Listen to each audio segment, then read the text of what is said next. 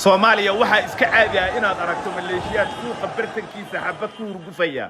ama qof xabadda cirka intuu u rido isagoon ogeyn halka ay ku dambayn doonto iyo meel ay aadi doontaba. burburkii dawladnimada Soomaaliyana waxyaabihii laga dhaxlay ayay qayb ka yihiin kala dambayn la'aantaasi taasoo sabab u ah hubka gacanta u galay dadka shacabka ah. waxa caado noqotay in guryaha ay iska galaan xabada habow ah oo wiifta loo yaqaano. xabadahaasi wiiftada ahna dad badan ayaa noloshii adduunye ka tegay tii aakhirana gaari kari waayay oo ama naafar noqday ama miir beelay. kuwa kalena waxay noqdeen sariiriyaal aan wax miir lahayn kadib markii ay haleeshay xabad habow ah ama wiifta ah. dadkaasi dhibaatadaasi kala kulmay xabadaha wiiftada waxaa ka mid ah gabar yar oo reer Garowe ah oo la yiraahdo Isra Cabdirashiid. waxay sariir ugu arurtay xabad wiifta ah oo ku haleeshay gurigeeda iyadoo iska jiifto goor habeen ah. waatan Isra oo nooga waramaysa wixii ay kala kulantay xabadaasi iyo sidii xaalkeedu uu noqday.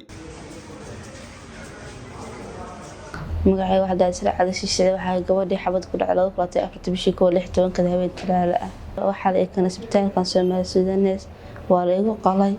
xabada ay saaray hadda caafimaad qaba boqolkiiba boqol caafimaad qaba ka faraxsanahay. awal qof la qaado baa qofan is xukumi karin oo la qaado baa ahaa hadda soo socda caafimaad qaba kaliya gacan baa tabar daran bas iyaduna way soo kabanaysaa. anigu oga marba in xabad igu dhacday oo ayaanti kuwada ogaaday buu ogaa yaamaha soo fiicnaaday baa shir maxaa kugu dhacay xaq la jirta waa ogaaday in xabad igu dhacday habeenkii baa garanayay. waxa ku fikiraya xaaladan ku sugan inaan marna ka kacayn waxa ku fikiraya xaaladda ku in waxbarashada saadib ugu noqonayo.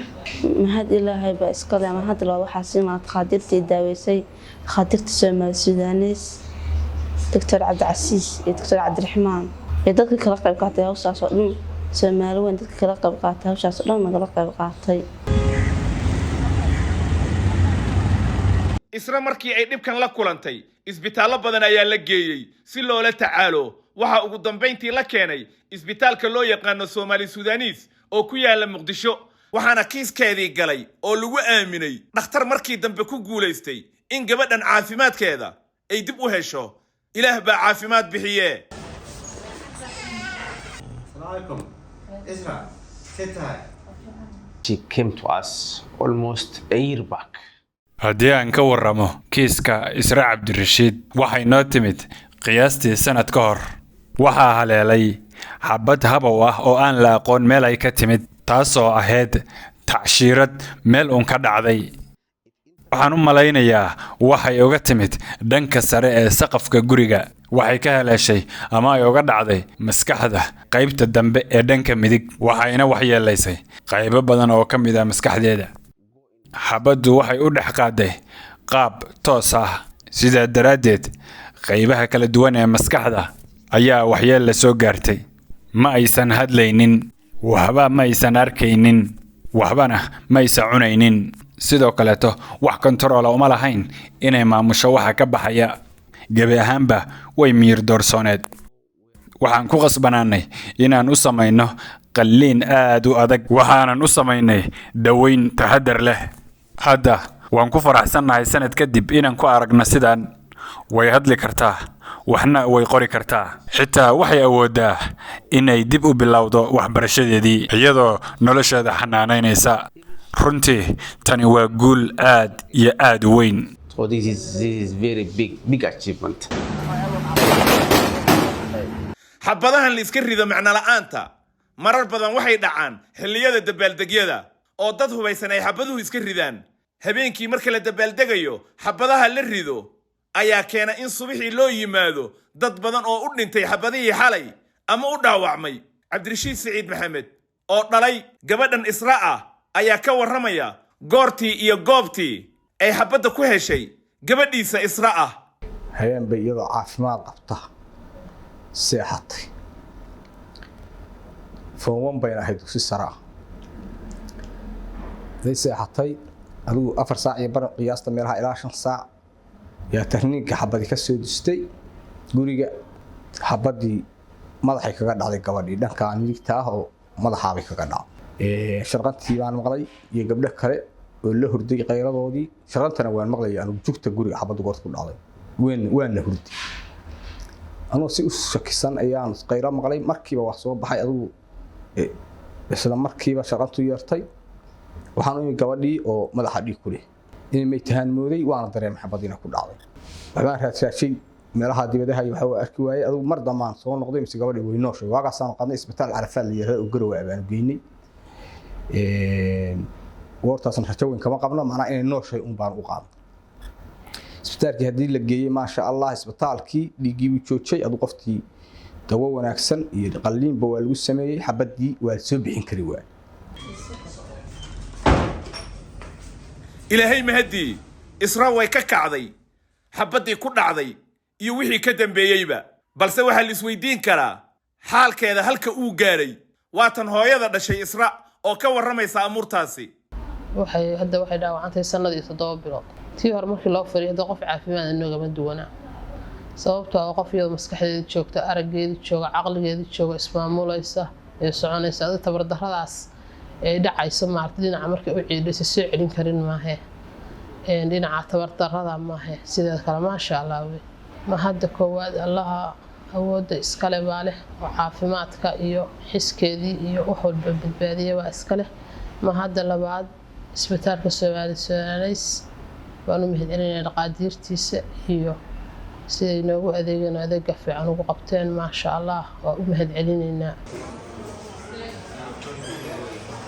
ilaahay baa dawada bixiyee isbitaalka shaqadan qabtay ee Soomaali Suudaanis ayay waalidkii hadda yimaadeen sanado badan kadib gabadhooda oo arday ahayd xaaladeedii caafimaad way hagaagtay way socotaa wax walbana caadi ayay ku soo noqdeen waalidkii iyo gabadhii isbitaalkii Soomaali Suudaanis ayay tageen maamulkii ayayna u mahadceliyeen aabaha dhalay waalidka ayaa hadda isagoo isbitaalka jooga waa Soomaali Suudaanis wuxuu ka waramay qalliinkii barigaasi isbitaalka u sameeyay iskaamo badan iyo tashi badan iyo hawlo badan ka bacdi dhaqaatiirtii dalka Soomaaliya joogtay ama Afrika adigu gaari karo ayaan u dirdiray iskaamadii sarkaas Cabdicasiis la yiraahdo ee Soomaali Suudaanis jooga baa loo keenay isoo qaaday gabadhiina waa qof kooma ku jirta waa oo nafta kaliya ku jirto dadka Soomaaliyeed badankeedu waa ogaayeen wixii ama sawirkeedu u tagay ama booqasho meeshii ugu tagay dadkii Soomaaliyeed sidii gabadha loo qaaday lahaa dadaal badan bay ka muujiyeen Soomaali Suudaanis baa loo soo qaaday gabadhii Cabdicasiis dhakhtarka la yiraahdo baa qalay 2 jeer buu qalay 2 jeer oo uu qalay marxabadii ka soo baxshay marna dib u habeyn buu ugu sameeyay madaxii xabadu jirtay oo lafihii tagay iyo wax la mid ah buu shubay hawl badan ka bacdi iyo adigu rafaad badan ka bacdi qoftii way miirsatay isbitaalkan Soomaali Suudaanis Muqdisho ayuu ka howlgalaa waxa la furay sanadkii 2014 madaxa qaybta horumarinta ee isbitaalkan waa Dr. Cabdiqaadir Yuusuf Cabdullaahi isbitaalka takhasuska Soomaali Suudaanis oo la aasaasay sanadkii 2014 runtii fariintaas si ballaaran ayuu bulshadana u gaarsiiyay asagana uu gaariyay yoolkii maaragtay uu higsanay isbitaalka maanta alxamdulillah rabbil caalamiin wuxuu leeyahay in ka badan 20 takhasus oo kala duwan iyo takhasusad hoosaad caafimaad oo wadanka aad reer ugu ah isbitaalka takhasuska Soomaali Suudaanis wuxuu nasiib u yeeshay inuu noqdo xarun horumarsan oo adeeg caafimaad oo dhameystiran bulshada Soomaaliyeed ay ku helaan adeegyada sida gaarka isbitaalku ugu suntan yahay waxa kamid ah waaxdan qalliinka maskaxda iyo laf dhabarta oo ah hadda bukaanka sida gaarka adinka xaaladiisa aad ula socoteen waaxda lagu daaweeyay runtii isbitaalku waxa uu halgamayo oo loo shaqeeyo waxa way mar walba in adeeg caafimaad ay la bixinaa uu noqdo mid standard ah oo gaarsiisan heerarka caalamiga ah ee lagu cabiro tayada adeeg bixinta ee caafimaadka waana mas'uuliyad aan u qaadno ummadda Soomaaliyeed oo ah inaan gaarno heerkaas joogteeno bulshadeena ay helaan adeeg caafimaad oo la isku haleyn karo adeeg caafimaad oo lagu kalsoonaan karo adeeg caafimaad oo dhameystiran oo wadankooda gudihiisa ay ku helaan inta badan xabadaha wiiftada ah waxa iska rida askar lagu tiriyo inay dawladda ka tirsan yihiin dadkaasi waxa hadda fariin u diraya gabadha Israa ee dhibanaha mar u noqotay xabadahan wiiftada ah waxaan ugu diray dadka xabadaha iska rida habeenkii dadka hurdo iskaga yacni aan ogeyn qof ka soo tuuray inay ka daayaan dadka xabadaha iska ridaya cabdiqaadir yuusuf cabdulaahi oo ka tirsan isbitaalka Soomaali Suudaaniis ayaa ka warramaya waxyaabaha isbitaalkooda uu la tacaalo oo xabadahan wiiftada ay ka mid tahay waxaan rabaa inaan bidhaamiyo kaliya arrinta ku saabsan rasaasta wiiftada ah ee bukaanada haleesho runtii si joogto ah ay isbitaalku soo gaareen xaalado caafimaad oo iyadoo magaalooyinka dhexdeeda rasaasta lagu rido bukaanka shacabka dib ugu soo laabato ay ku dhaawacmaan runtii xaalado caafimaad oo badan aan soo maray oo dhibanayaal u ah rasaastaas wiiftada ah ee magaalooyinka dhexdooda dadka ku haleesho iyo guryahooda jooga iyo goobtooda shaqada jooga ardayda iyagoo jooga goobahooda waxbarashada suuqyada iyadoo la marayo alxamdulillahi rabbil caalamiin in badan oo ka mid ah xaaladahaas oo maaragtay isbitaalka soo gaareen daryeel caafimaad ayay helaan waan rajeynayaa insha Allah tacaala in bulshada ay ku baraarugto khatarta ay leedahay rasaasta wiiftada ee magaalada dhexdeeda lagu rido iyo sida ay maaragtay dad noloshooda ay u bedeli karto si dhameystiran ama naaf ay ka dhigto ama geeri ay dhici karto ama si dhameystiran qofka noloshiisa maaragtay ay isbedeli karto waalidkii isra dhalay oo hadda iyagoo faraxsan isbitaalkii dhex jooga ayaa waxay ku celcelinayaan mahadnaqa iyo abaalka ay isbitaalkan u hayaan kadib markii gabadhooda oo mar ay ka quusteen ay dib u arkeen iyadoo caadi ah noloshoodii wadata waxna baranaysa isbitaalka iyo dhaqaatiirtu aad iyo aad bay u mahadsan yihiin sida jaamac yare ee guud ahaan iyaga dhan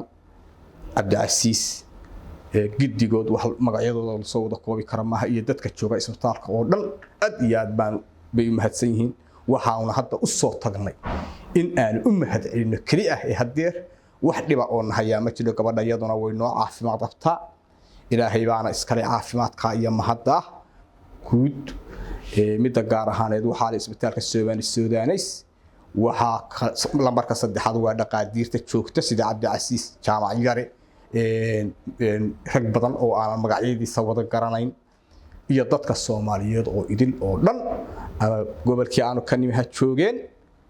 ama Soomaaliya ha ku noolaadeen maxaa ku daashay marka jiif maa ku daashay